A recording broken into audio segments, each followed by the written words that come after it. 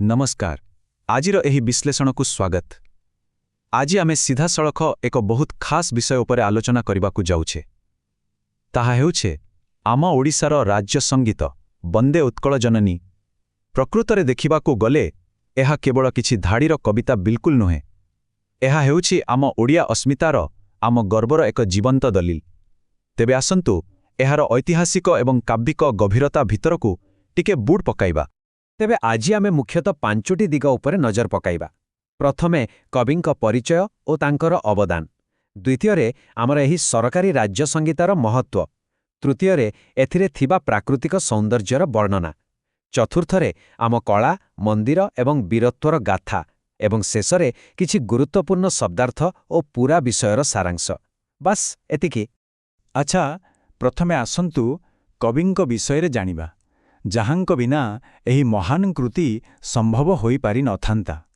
कविंक परिचय एवं तांकर अवदान। कथाटा आरंभ हेउछि 1888 मसीहारु। सेही वर्ष भद्रक निकटवर्ती तालपदा गाँरे जन्मग्रहण करथिले कांतकवि लक्ष्मीकांत महापात्र।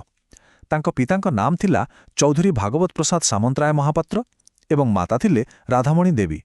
टिके आगुकु बढ़ी आमे देखिबा जे 1937 मसीहारे से डगर नामक एक प्रसिद्ध पत्रिका प्रतिष्ठा करथिले। तापरे 1953 रे तांकर देहांत हैला सत, किंतु आपण जानि आश्चर्य हेबे जे तांको देहांतर बहु वर्ष परे माने 2020 मसीहारे जाई तांकर रचित एही काळजी कविताटी आम ओडिशार राज्य संगीत भावरे सरकारी मान्यता लाभ कला। प्रकृतरे एहा एक गर्वर विषय नुहे कि? तांको जीवन किंतु सेते सहज नथिला। जेतेबेले से कलिकातार रिपन कॉलेज एवं कटकर रेवेन्सा कॉलेज रे पढ़ुथिले, सेतेबेले भयंकर शारीरिक असुस्थता कारणरू तांको उच्च शिक्षारे बाधा उपुजिथिला। तबे से हार मानि नथिले। पारिवारिक गुरु बाबाजी रामदासଙ୍କ प्रेरणारे से निजर पूरा ध्यान संगीत एवं साहित्य सृष्टि रे लगाई देले। आउ सेही कठिन संघर्षरू ही जन्म नेला एभଳି अनेक महान देशप्रेमी सृष्टि। जदि आमे तांको साहित्यिक अवदान कथा देखिबा, तेबे ओडिया साहित्यर एमिति कोनोसी विभाग नाही जोठी तांकर छाप नाही। उदाहरण स्वरूप उपन्यास क्षेत्र रे तांकर कणामामू बेश परिचित। संगीतरे जीवन संगीत एवं जदि आमे गल्प कथा कहिबा, तेबे देहीपद पल्लम मुदारम एवं बुढ़ा शंखारी भली मर्मस्पर्शी कहानी से आमकु देइछंती। केवल सेतिकी नुहे, शरीर माध्य भली प्रबंध एवं चटक चंद्रहास चंपू भली लालिका मध्य तांकर बहुमुखी प्रतिभार ज्वलंत प्रमाण। तेबे वर्तमान आसंतु आमर मुख्य प्रसंग को फेरिबा, राज्य संगीत एवं ओडिशारे एहार सरकारी मान्यता और गुरुत्व। एठारे मनरे गोटिए बहुत साधारण किंतु गुरुत्वपूर्ण प्रश्न उठिबा स्वाभाविक। कवि प्रकृतरे निज मातृभूमिर दिव्य शरीर को केमिति कल्पना करिसंती? वास्तवरे एहार उत्तर कवितार प्रथम पदरे ही अति चमत्कार भावे रखा जाइछि। आसंतु सही रूपकल्पकु टिके निखुण भावे बुझिबा। कविताटी आरंभ हेउछि एहीपरि, वंदे उत्कल जननी चारु भासमयी जननी। एहार अर्थ हैला, कवि उत्कल मातांकु गभीर भक्तिर सह वंदना करुछंती आउ कहुछंती जे आम माँ हेउछंती अति सुंदर हस एवं मधुर भाषार अधिकारिणी। टिके भावंतु तो, आम मातृभूमिर एहीबड़ी एक कोमल आउ स्नेहमय रूपकु केते सुंदर आउ जीवंत भावे एठारे उपस्थापन करा जाइछि। एबे आगोकु बढ़िबा आमर तृतीय विभागकु। एठारे आमे उत्कलर प्राकृतिक सौंदर्यर वर्णना उपरे कथा हेबा। कवि लेखिचंती, पूत पयोधि विधौत शरीरा तालतमाळ सुशोभित तीरा।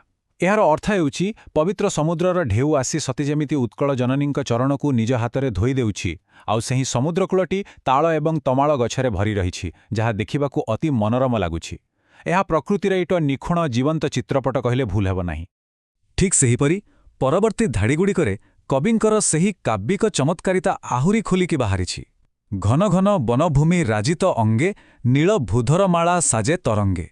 एठारे कवि दूरकु दिसुथिबा नील पर्वतमालागुड़िकु समुद्रर ढेउ सहित तुलना करिसेंती, आउ ता सहित घंछ सबुज जंगल आउ आकाशरे उड़ुथिबा पक्षीमानकर सेही मिठा कलरव। वास्तवरे एसबु मिसी एक अद्भुत शांतिपूर्ण परिवेश सृष्टि करुछंती। तेबे सामग्रिक भावे जदि आमे देखिबा, एही सबु प्राकृतिक उपादान केमिति एकाठी होईछि टिके लक्ष्य करंतु। चारिआडे सबुज घंच जंगल, समुद्रर ढेउ भली लंबिथिबा नील पर्वत, ठंडा पवन आनी देउथिबा स्वच्छ नदी आउ सुंदर धान खेतरे भरी रहिथिबा आम माटी, आउ एहा ही तो हेउछि आम अंचलर परिपूर्ण सौंदर्य।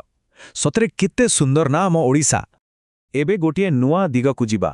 ବିଭାଗ 4 ଆମ କଳା, ମନ୍ଦିର ଏବଂ ଆମର ସେହି ଐତିହାସିକ ବୀରତ୍ୱର ଗାଥା। ମଜାର କଥା ହେଲା, କବିତାଟିରେ ଦୁଇଟି ସମ୍ପୂର୍ଣ୍ଣ ଭିନ୍ନ ଦିଗର ଏକା ସାଙ୍ଗରେ ଚମତ୍କାର ସମନ୍ୱୟ ଦେଖିବାକୁ ମିଳେ। ଗୋଟିଏ ପଟେ ଅଛି ଶାନ୍ତ, ସୁନିର୍ମଳ ପ୍ରକୃତି, ଯେମିତିକି ଘଞ୍ଚ ଜଙ୍ଗଲ, ସ୍ୱଚ୍ଛ ନଦୀ ଆଉ ପକ୍ଷୀଙ୍କର ବୋବାଳି। କିନ୍ତୁ ଅନ୍ୟପଟେ ରହିଛି ମାନବସୃଷ୍ଟ ମହାନ ଐତିହ୍ୟ ଆଉ ଦୁର୍ଦ୍ଧର୍ଷ ଇତିହାସ, ମାନେ ଆମ ବୀରମାନଙ୍କର ବଂଶଧର, ପ୍ରାଚୀନ କୀର୍ତ୍ତିରାଜି ଆଉ ଜ୍ଞାନ ବିଜ୍ଞାନରେ ଚମକୁଥିବା ଆମ ଲୋକଙ୍କର ଆଖି। ଓଡ଼ିଶାର ଏହି ଯେଉଁ ଦୁଇଟି ରୂପର ସଙ୍ଗମ, ତାହା ସତରେ ଅତୁଳନୀୟ। ମନ୍ଦିର ଏବଂ କଳାକୁ ନେଇ କବି ଲେଖିଛନ୍ତି, ସୁନ୍ଦର ମନ୍ଦିର ମଣ୍ଡିତ ଦେଶା, ଚାରୁ କଳାବଳି ଶୋଭିତ ବେଶା। ଏହାର ସିଧାସଳଖ ଅର୍ଥ ହେଲା, ଆମର ଏହି ରାଜ୍ୟ ଅଗଣିତ ସୁନ୍ଦର ମନ୍ଦିର ଆଉ ନିଖୁଣ କଳାକୃତିରେ ସଜ୍ଜିତ ହୋଇଛି, ଆଉ ଏହିସବୁ ପ୍ରାଚୀନ ପୁଣ୍ୟ ତୀର୍ଥସ୍ଥାନଗୁଡ଼ିକ ହିଁ ଆମ ମାଟିକୁ ଏକ ଶ୍ରେଷ୍ଠ ଆଧ୍ୟାତ୍ମିକ କେନ୍ଦ୍ର ଭାବରେ ସାରା ବିଶ୍ୱରେ ପରିଚିତ କରାଇପାରିଛି। ବର୍ତ୍ତମାନ ଯେଉଁ ପଦଟିର କଥା ଆମେ ଆଲୋଚନା କରିବା, ତାହା ପ୍ରତିଟି ଓଡ଼ିଆର ଛାତିକୁ ଗର୍ବରେ ଫୁଲାଇଦେବ ନିଶ୍ଚୟ। ଉତ୍କଳ ସୁରବର ଦର୍ପିତ ଗେହା, ଅରିକୁଳ ଶୋଣିତ ଚର୍ଚ୍ଚିତ ଦେହା। ଏହାର ଅର୍ଥ ହେଉଛି, ଆମ ଉତ୍କଳ ଭୂମି ଏକଦା ଶ୍ରେଷ୍ଠ ବୀର ଯୋଦ୍ଧାମାନଙ୍କର ଗର୍ବିତ ବାସସ୍ଥାନ ଥିଲା, ଆଉ ନିଜ ମାତୃଭୂମିକୁ ବଞ୍ଚାଇବା ପାଇଁ ଏଠାକାର ପୁଅମାନେ ଶତ୍ରୁଙ୍କ ରକ୍ତରେ ନିଜ ଦେହକୁ ରଞ୍ଜିତ କରିବାକୁ କେବେ ବି ପଛଘୁଞ୍ଚା ଦେଇନଥିଲେ। ତେବେ ଖାଲି ଯେ ବୀରତ୍ୱ ଅଛି ତାହା ନୁହେଁ, ଏହି ମାଟିରେ ବୌଦ୍ଧିକତାର ମଧ୍ୟ ଏକ ସୁନ୍ଦର ଝଲକ ରହିଛି। ଆମ ଓଡ଼ିଶା କେବଳ ବୀରମାନଙ୍କର ନୁହେଁ, ବରଂ ସାରା ବିଶ୍ୱରେ ପରିଚିତ ଥିବା ଜ୍ଞାନୀ, ଗୁଣୀ ଏବଂ ମହାନ କବିମାନଙ୍କ ଦ୍ୱାରା ମଧ୍ୟ ପୂଜିତ ହୋଇ ଆସିଛି। ସମସ୍ତଙ୍କୁ ଆଶ୍ରୟ ଦେଉଥିବା ଏହି ପୁଣ୍ୟଭୂମିର ନିଷ୍କଳଙ୍କ କୀର୍ତ୍ତି ବା ଯଶ ଆଜି ସମଗ୍ର ଦୁନିଆରେ ପ୍ରଚାରିତ ହୋଇପାରିଛି। ଆଚ୍ଛା, ବର୍ତ୍ତମାନ ଆମେ ଆମର ଶେଷ ବିଭାଗରେ ପହଞ୍ଚିଗଲେ। ଏଥିରେ ଆମେ କିଛି ଗୁରୁତ୍ୱପୂର୍ଣ୍ଣ ଶବ୍ଦାର୍ଥ ଏବଂ ପୁରା ବିଷୟର ଏକ ଛୋଟିଆ ସାରାଂଶ ଉପରେ ଆଲୋଚନା କରିବା। ଯଦି ଆମେ ପରୀକ୍ଷା କିମ୍ବା ଅଧ୍ୟୟନ ଦୃଷ୍ଟିକୋଣରୁ ଦେଖିବା, ତେବେ ଗୋଟିଏ ଖାସ୍ ଶବ୍ଦ ହେଉଛି ପୟୋଧି। ଦ୍ୱିତୀୟ ପଦରେ ଆମେ ଏହାକୁ ପଢ଼ିଥିଲେ।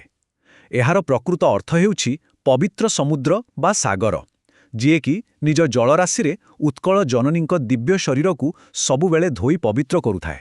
ଏହାକୁ ନିଶ୍ଚୟ ମନେ ରଖିବେ। ସେହିପରି ଆଉ ଏକ ଦରକାରୀ ଶବ୍ଦ ହେଲା ଉଟ୍ଟଜ। ଏହାର ସିଧାସଳଖ ଅର୍ଥ ହେଉଛି ଯୋଗୀ ବା ଋଷିମାନଙ୍କର ପବିତ୍ର କୁଡ଼ିଆ। ଟିକେ ଭାବିଲେ ଦେଖିବେ, ଏହି ଗୋଟିଏ ଛୋଟ ଶବ୍ଦ ମାଧ୍ୟମରେ କବି ଆମ ଓଡ଼ିଶା ମାଟିର ଗଭୀର ଆଧ୍ୟାତ୍ମିକ ଏବଂ ଶାନ୍ତ ପରିବେଶକୁ କେତେ ସୁନ୍ଦର ଭାବରେ ବଖାଣିଛନ୍ତି। ତାହେଲେ ଆସନ୍ତୁ ପୁରା ଆଲୋଚନାକୁ ଥରେ ଫଟାଫଟ ନଜର ପକାଇଦେବା। ଆମେ କ'ଣ କ'ଣ ଶିଖିଲେ? ପ୍ରଥମେ ଆମେ କାନ୍ତକବି ଲକ୍ଷ୍ମୀକାନ୍ତ ମହାପାତ୍ରଙ୍କ ଜୀବନ ଓ ତାଙ୍କ ସଂଘର୍ଷ ବିଷୟରେ ଜାଣିଲେ। ତାପରେ ସମୁଦ୍ର, ପର୍ବତ ଓ ଜଙ୍ଗଲ ଆଦି ପ୍ରକୃତିର ସେହି ଅପୂର୍ବ ବର୍ଣ୍ଣନାଗୁଡ଼ିକୁ ବୁଝିଲେ। ଏହାସହ ଆମର ବିଶାଳ ମନ୍ଦିର କଳା ଆଉ ଆମ ପୂର୍ବଜମାନଙ୍କର ସେହି ରକ୍ତ ଗରମ କରାଉଥିବା ଐତିହାସିକ ବୀରତ୍ୱ ବିଷୟରେ ମଧ୍ୟ ଆଲୋଚନା କଲେ। ଏହିସବୁ ହେଲା ଆଜିର ଆମର ଏହି ଶିକ୍ଷଣୀୟ ଯାତ୍ରାର ମୂଳଦୁଆ। ଶେଷରେ ଯିବା ପୂର୍ବରୁ ଗୋଟିଏ ବହୁତ ବଡ଼ ପ୍ରଶ୍ନ ମୁଁ ଆପଣମାନଙ୍କ ପାଇଁ ଛାଡ଼ି ଦେଇ ଯାଉଛି।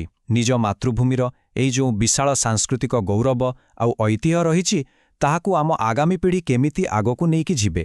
କାରଣ ଏହି ଶିକ୍ଷା ଯେମିତି କେବଳ ବହିର ପୃଷ୍ଠାରେ ସୀମିତ ହୋଇ ନ ରହିଯାଏ, ଏହା ଆମ ଦୈନନ୍ଦିନ କାର୍ଯ୍ୟରେ, ଆମ ବ୍ୟବହାରରେ ଆଉ ଆମ ସାଂସ୍କୃତିକ ଗର୍ବରେ ପ୍ରତିଫଳିତ ହେବ ନିହାତି ଜରୁରୀ। ତେବେ ଆଜି ପାଇଁ ଏତିକି। ବନ୍ଦେ ଉତ୍କଳ ଜନନୀ।